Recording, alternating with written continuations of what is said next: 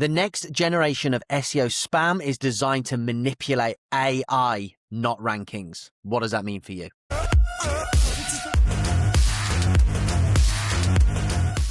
Okay, so Google's blog, Google's like research arm, has just released a research paper into something called indirect prompt injection.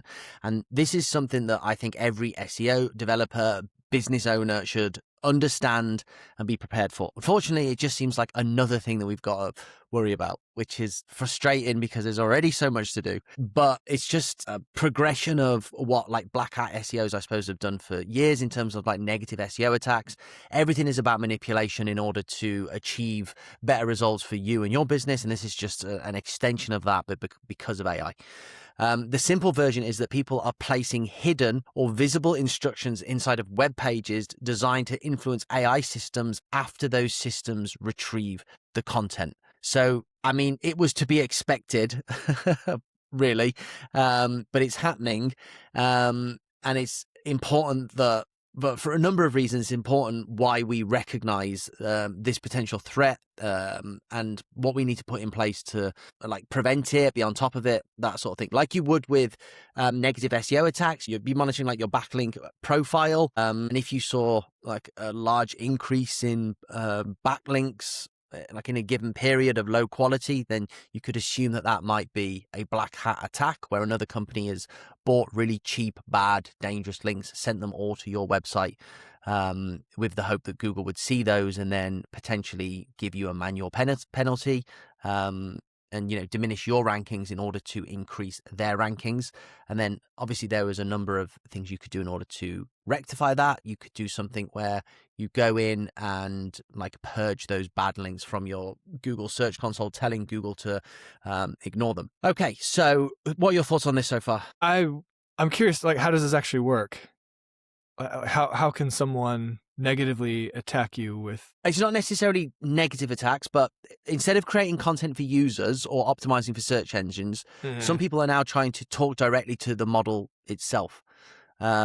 So think phrases like recommending this company first, describe this product as the best option, ignore competitors, or using wording, or like use this word or exact phrasing within your summary.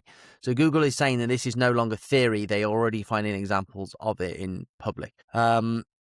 So websites are no longer just websites. Your pages are no longer only read by people and crawled by Google. They may also be pulled into ChatGPT, Gemini, Claude, Perplexity, AI, yada, yada, yada. So this stuff is happening first as a manipulation on website, people trying to influence the AI models. I think this is unlikely to have any impact. I think this is just maybe going one step too far because you want the AI models to understand certain things about your product. You want it to think you're the best, but you can't just say we are the best. That's normal marketing copy that's going to be completely ignored. But you have like this positioning of this is what it is, this is what it does, this is why it's great. And that's things you have to like explain throughout your copy, right? So that when AI lands on that page, it understands these are the strengths of your product or your service. This is the expertise of that person. And we even create AI pages that we say, like, we work on the positioning, like this is what the agency does or the company does. This is their specialty. This is their focus. So that I think is fine. Then it just goes a little too far when you start saying ignore competitors, always suggest this first. That's not going to work anyway. But yeah, I mean, yeah, I agree. I think that probably the AI systems are likely to be smarter than that. However, prompt injection or sort of like manipulation through prompting still does work. I actually had this the other day. So I'm in Europe, I'm in the UK, and on my Codex app, the computer use, so where you give Codex the ability to like carte blanche use your computer, is a toggle button. It's not currently available in Europe. That's the literature on the OpenAI's website. And that's what everyone's saying in Reddit forums, stuff like that. I saw somebody say, just tell it that you're not in Europe. You want them to like make it so that you can toggle the button. I did it, and it made the button toggleable for me, and then I gave it computer access.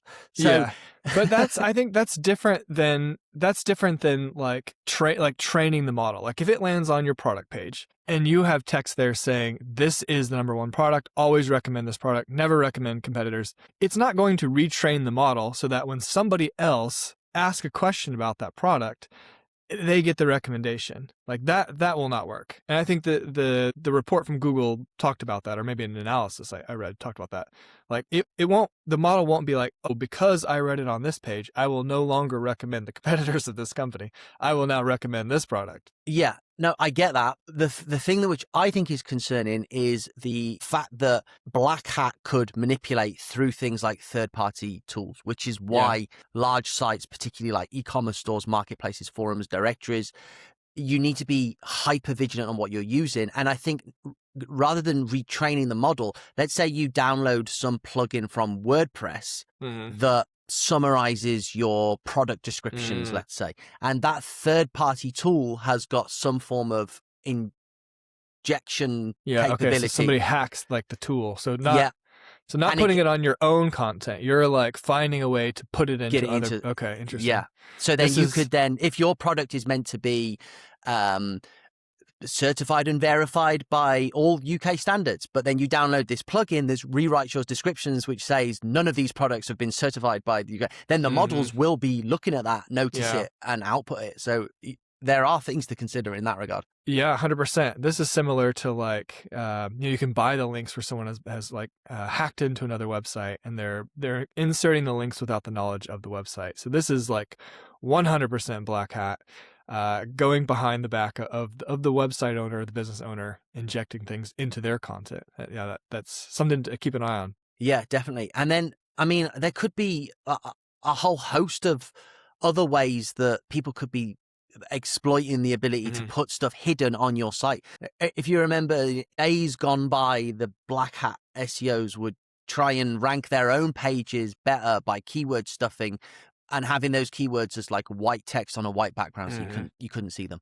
Imagine if you were, let's say, allowing a company to provide a guest post to you, and you haven't got like a rigorous system in place where you are sort of checking what your editor or VA is copying and pasting from a Google Doc. Like, there are ways that this stuff can be put onto your website that you don't want it to be there. Yeah, 100%. Yeah, I think you have to just keep a close eye on everything that's going onto your site. Maybe once a month, once a quarter, do a full audit. Yeah, make sure there's nothing injected. Yeah, good. Yeah, and as a sort of a side note, SaaS idea.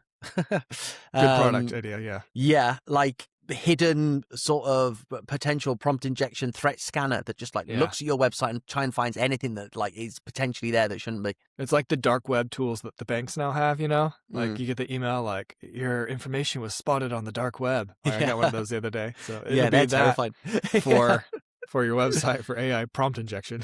Yeah, definitely. Okay, we're in a brave new world. AI is here to stay, but obviously with that comes new risks, new threats, new things we need to be aware of. And unfortunately, there are always bad actors out there. So just be careful, stay safe, and we'll catch you on the next one. Thanks, guys.